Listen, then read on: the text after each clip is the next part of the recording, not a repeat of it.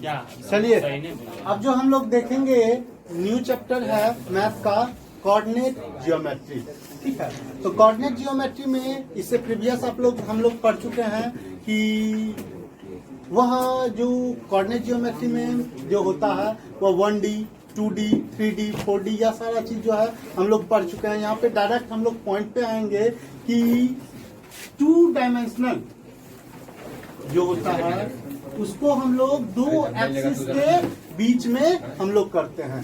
एक एक्सिस जो कि वर्टिकल होता है उसको हम लोग एक्स डैश इसको बोलते हैं, और दूसरा जो होता है जो कि वह हॉरिजॉन्टल होता है वह वाई डैश एक्सिस होता है, और दोनों एक्सिस एक दूसरे के म्यूचुअली परपेंडिकुलर होता है। जब वह म्यूचुअली परपेंडिकुलर होता है दैट मीन्स दोनों एक्सिस जो है वह एक पॉइंट पे वह इंटरसेक्ट करता है, और वह कह सकते हैं कि वह परपेंडिकुलर ही इंटरसेक्ट करता है, और 4 इक्वल पार्ट बनाता है। ईच पार्ट जो कहलाता है वह क्वाड्रेंट कहलाता है। ठीक है, और यहाँ पे यह भी चीज हम लोग प्रीवियस क्लास में भी देखे हैं कि रिप्रेजेंटेशन किसी भी पॉइंट का 2 डायमेंशनल में जो रिप्रेजेंटेशन होता है एक पॉइंट के रूप में वह क्या है, इसको हम लोग लिखते हैं एक्स वाई। यह एक्स जो है क्या है, तो वैल्यू है किसका, वैल्यू ऑन एक्स एक्सिस, यानी एक्स एक्सिस का वैल्यू एक्स हो गया, और यह वाई जो है आपका value on y axis. X axis पर का वैल्यू एक्स होता है और वाई एक्सिस पर का वैल्यू आपका वाई होता है। हाँ, तो यहाँ पे याद रखिएगा कि जब भी किसी भी पॉइंट का जो डिनोटेशन होगा वह एक्स वाई कहने का मतलब सबसे पहले एक्स एक्सिस लिखेंगे फिर वाई एक्सिस, और यह याद रखिएगा यह कोई जरूरी नहीं है। प्रीवियस क्लास में भी आप लोग पढ़े होंगे कि इसको यह केवल माना गया चीज है, आप लोग स्वतंत्र हो, इसको भी वाई मान सकते हो, आप स्वतंत्र हो, यहाँ पे हम लोग एक्स मान सकते हैं, यानी कि हॉरिजॉन्टल जो है उसको एक्स ले लेंगे, वर्टिकल जो है उसको वाई ले लेंगे। ठीक है, तो चूंकि ये चलन आते आ रहा है कि वर्टिकली को मान लिया गया है कि इसको एक्स एक्सिस, और जो हॉरिजॉन्टल है उसको मान लिया गया है वाई एक्सिस। ठीक है, तो कोई भी चाहे ऊपर हो या नीचे सबसे पहला काम कि सबसे पहले वर्टिकल वाले को लिखेंगे, उसके बाद किसको लिखेंगे, हॉरिजॉन्टल वाले को, यानी कि वी एच। हमेशा याद रखिएगा पहले वर्टिकल उसके बाद हॉरिजॉन्टल एक्सिस। ठीक है, नेमिंग कुछ भी हो उससे कोई मतलब नहीं है। ठीक है, यानी कि पहले इस एक्सिस का फिर इस एक्सिस का। अगर कोई पॉइंट 35 अगर यहाँ पे है, यह पॉइंट है, ठीक है, तो इस पॉइंट का कोऑर्डिनेट हमको जानना है, कोऑर्डिनेट जानना है, तो यहां से हम लोग खींचेंगे एक परपेंडिकुलर एक्स एक्सिस पे वह जो पॉइंट होगा, मान लिए एक, ठीक है, और फिर खींचेंगे वाई एक्सिस पे पॉइंट, मान लिए बी। तो यह जो पॉइंट का डिनोटेशन होगा वह ए बी होगा, यह याद रखिएगा ए बी होगा, लेकिन यह बी ए कभी भी नहीं होगा। ठीक है, बी ए क्यों नहीं होगा, क्योंकि वर्टिकल लाइन पे जो होगा उसको पहले लिखेंगे, हॉरिजॉन्टल लाइन पे जो होगा उसको बाद में लिखेंगे। दैट मीन्स एक्स एक्सिस वाले को पहले लिखेंगे, वाई एक्सिस वाले को बाद में लिखेंगे, और जस्ट अगर उल्टा कर देते हैं तो वह हम लोग का उल्टा ही हो जाएगा, वह गलत हो जाएगा। ठीक है, तो हमेशा याद रखिएगा। तो यह चीज हम लोग देखते हैं कि 2 एक्सिस जब म्यूचुअली परपेंडिकुलर हो तो 4 क्वाड्रेंट आपका बनाता है। ठीक है, कि यह याद रखिएगा कि 4 क्वाड्रेंट बनाता है, यह आपका फर्स्ट, और यह आपका सेकेंड, यह आपका थर्ड क्वाड्रेंट है, और यह आपका फोर्थ क्वाड्रेंट है। फर्स्ट क्वाड्रेंट में जो होता है वह ऑल पॉजिटिव, यानी कि एक्स एक्सिस भी इधर देखो पॉजिटिव है, ठीक है, और ऊपर जाएंगे तो वह भी क्या है, पॉजिटिव है। लेकिन अगर सेकंड क्वाड्रेंट की बात करें तो एक्स इधर आ गया, वह निगेटिव हो गया यानी माइनस, और यह वाई जो रह गया वह क्या हो गया, पॉजिटिव, यानी निगेटिव पॉजिटिव। अब थर्ड की बात करें तो एक्स एक्सिस जो है वह निगेटिव हो गया, और वाई एक्सिस जो है वह भी निगेटिव आपका हो गया। फिर फोर्थ क्वाड्रेंट की बात करें तो एक्स एक्सिस जो है वह पॉजिटिव है, और वाई एक्सिस जो है वह क्या है, निगेटिव है। ठीक है। यह आपका क्वाड्रेंट हो गया, 4 क्वाड्रेंट। क्वाड्रेंट मतलब वैसे भी होता है 1/4, जो चौथाई होता है उसी को हम लोग क्वाड्रेंट बोलते हैं। यह सारा प्रीवियस है, तो इस सब के बारे में उतना जानना नहीं है। हम लोग को जो जानना क्या है वह चीज देख लेते हैं।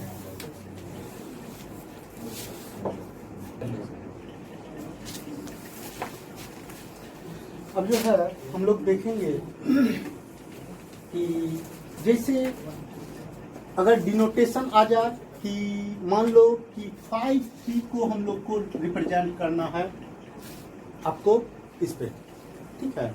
कोऑर्डिनेट रिप्रेजेंटेशन ऑफ 5 कहाँ पे होगा?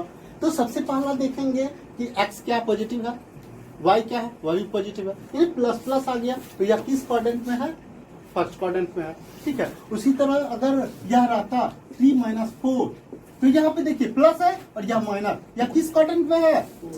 प्लस माइनस, यह फोर्थ में हो गया, ठीक है। यह आपका फर्स्ट में हो गया। अगर उसी तरह आपका रहे कि -1 3, यह आपका निगेटिव और पॉजिटिव, यानी माइनस प्लस किस में आ गया? सेकेंड क्वाड्रेंट में, -2 -3, ठीक है। यहाँ माइनस आ गया, या किस में आ गया? थर्ड में। तो इसका रिप्रेजेंटेशन जो हम लोग करने वाले हैं वह देखिए इस तरह से रिप्रेजेंटेशन आपका होगा।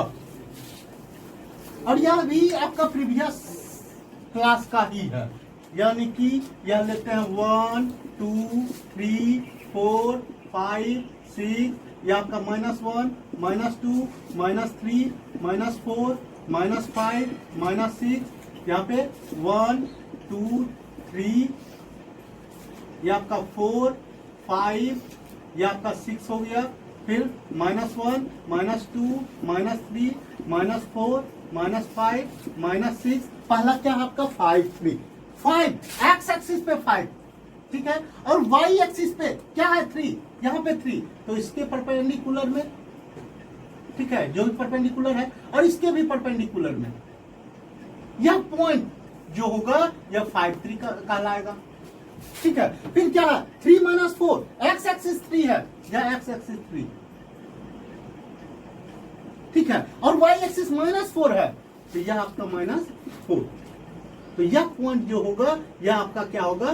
3 - 4 हो जाएगा। उसी तरह आपका -1 और 3, एक्स आपका -1, यहाँ पे -1 है, और यह वाई आपका क्या है? वाई 3 है,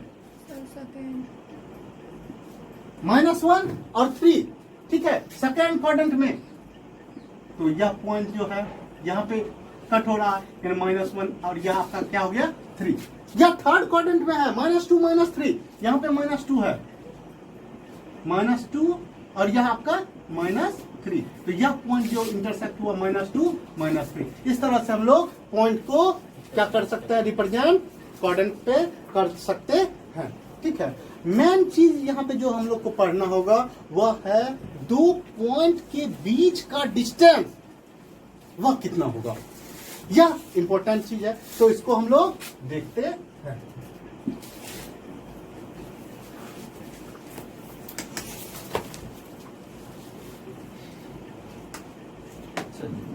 तो मान लेते हैं कि यह एक क्वाड्रेंट है आपका x डैश y डैश। एक पॉइंट है आपका A, जिसका क्वाड्रेंट हम लोग मान लेते हैं x1 और y1। दूसरा जो है पॉइंट आपका B, इसका क्वाड्रेंट हम लोग मान लेते हैं, थोड़ा और ऊपर कर दो, ठीक है। यह B, इसका मान लेते हैं x2 और y2। और यह कोई जरूरी नहीं है कि आप फर्स्ट क्वाड्रेंट में ही रहे, सेकंड में भी हो सकता है, थर्ड में भी हो सकता है, या मिक्सअप करके भी हो सकता है, ठीक है। यह कोई जरूरी नहीं है कि वह किसी एक ही क्वाड्रेंट में वह बिलोंग करता हो, ठीक है। तो इसको हम लोग मिला देते हैं, यानी इस दोनों पॉइंट का जो डिस्टेंस होगा यह लाइन सेगमेंट के डिस्टेंस के बराबर कर सकते हैं। यह 2 पॉइंट के बीच का डिस्टेंस, तो हम लोग क्या करते हैं? ए से परपेंडिकुलर खींच लेते हैं, किस पे? एक्स एक्सिस पे, इसको मान लेते हैं सी। फिर उसी तरह बी से भी एक परपेंडिकुलर लाइन खींचते हैं एक्स एक्सिस पर, उसको मान लेते हैं डी। अब आप बताइए AC का जो डिस्टेंस होगा, AC का जो लेंथ होगा वह कितना होगा, क्योंकि एक्स एक्सिस पर का पॉइंट जो है यह हो गया इतना सा, और वाई एक्सिस पर का जो पॉइंट होगा इसके परपेंडिकुलर में वही AC के बराबर होगा, यानी यह कितना हो जाएगा, यह y1 हो जाएगा। क्लियर। और यहाँ पे OC जो होगा वह आपका कितना होगा, x1 हो जाएगा।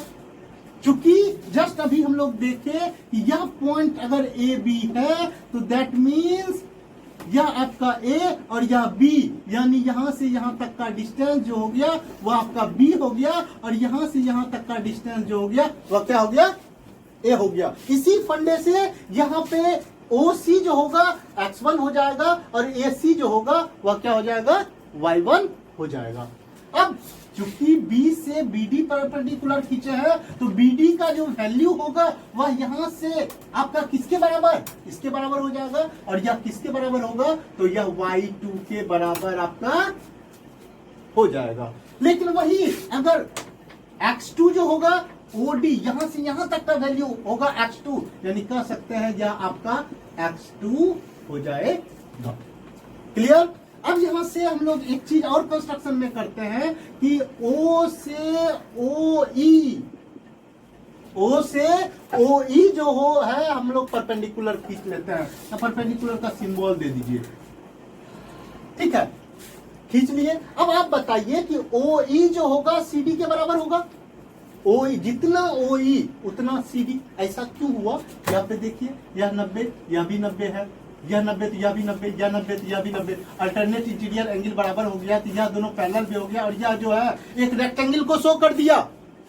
और हम लोग जानते हैं रेक्टेंगल का अपोजिट साइड क्या होता है, वह बराबर होता है। जब रेक्टेंगल का अपोजिट साइड बराबर हो गया यानी CD बराबर क्या हो गया, AE। यह चीज हम लोग को नहीं प्रूफ करना कि यह रेक्टेंगल है और AE बराबर CD, डायरेक्ट हम लोग देख लिए, देखने से ही पता चल गया यह क्या है, एक रेक्टेंगल है, और यह रेक्टेंगल है तो इस दोनों का जो अपोजिट साइड होगा वह क्या होगा, बराबर होगा, यानी AE इक्वल्स टू CD। अब आप बताइए हम लोग को फाइंड क्या करना, AB को फाइंड करना। AB होता क्या है, ठीक है, AB को फाइंड करता है, यहां से 90 डिग्री खींच देंगे तो AEB एक राइट एंगल ट्रायंगल हो जाएगा, और राइट एंगल ट्रायंगल में हाइपोटेनस निकालने का जो फॉर्मूला होता है वह क्या होता है, तो under root base square plus perpendicular square या perpendicular square plus base square, यही चीज जानते हैं। चूंकि हम लोग AE इजी वे में निकाल सकते हैं, कैसे निकालेंगे, क्योंकि AE जो है CD के बराबर है, और तो OD माइनस OC जो करेंगे तो CD आ जाएगा, और जब CD आ गया CD AE के बराबर आ गया, AE का वैल्यू आराम से निकल सकता है। दूसरा BE को निकालना है, तो अब आप बताओ कि BD में ED अगर हम लोग घटा दें तो BE निकल जाएगा, और यह जो ED जो है वह किसके बराबर, तो AC के बराबर हो जाएगा। इससे इजी वे में हम लोग BE भी निकाल सकते हैं। मेरे पास AE भी है, मेरे पास BE भी है, तो AB इजी वे में वह हम लोग निकाल सकते हैं। तो चलिए हम लोग इसको लिखेंगे कैसे, वह चीज हम लोग देखते हैं, ठीक है। गिवन आपका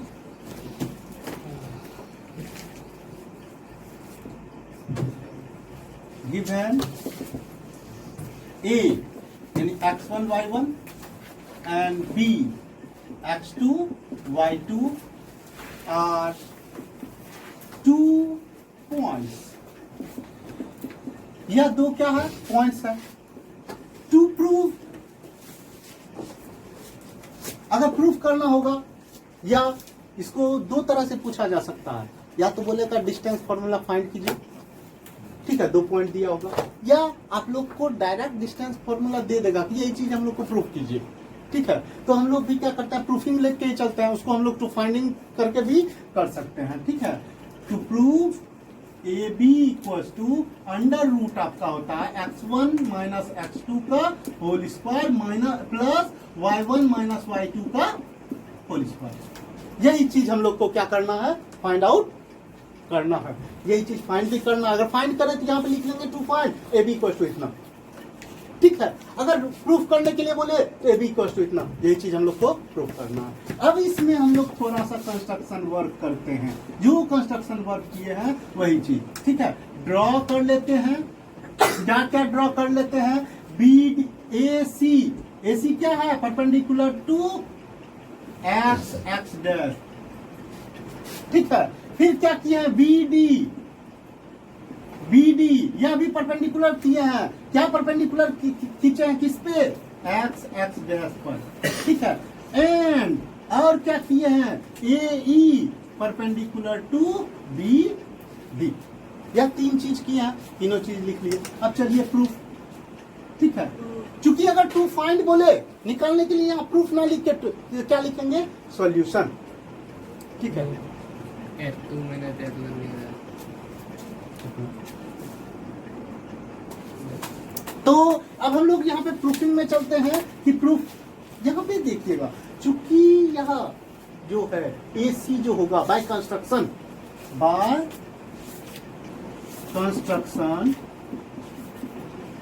AC कितना होगा, Y1, AC आपका Y1 और OC यह क्या होगा, X1। उसके बाद देखिएगा कि BD जो होगा वह कितना होगा, Y2 एंड कौन सा आपका OD क्या होगा आपका, X2 और AE जो होगा वह CD के बराबर होगा। कंस्ट्रक्शन से तो यह चीज हम लोग को पता चल गया, यह चीज इतना सा हम लोग के पास है। अब हम लोग क्या करते हैं कि निकालते हैं कि AE आपका कितना होगा, ठीक है, कि सिंस AE इक्वल टू क्या है, CD, और यह CD जो है OD माइनस OC के बराबर, या CD जो है, या CD आपका किसके बराबर होगा, या CD OD माइनस OC के बराबर। दैट मीन्स हम लोग कह सकते हैं X2 माइनस X1, या आपका हो गया X2 माइनस X1। अब आइए हम लोग निकालते हैं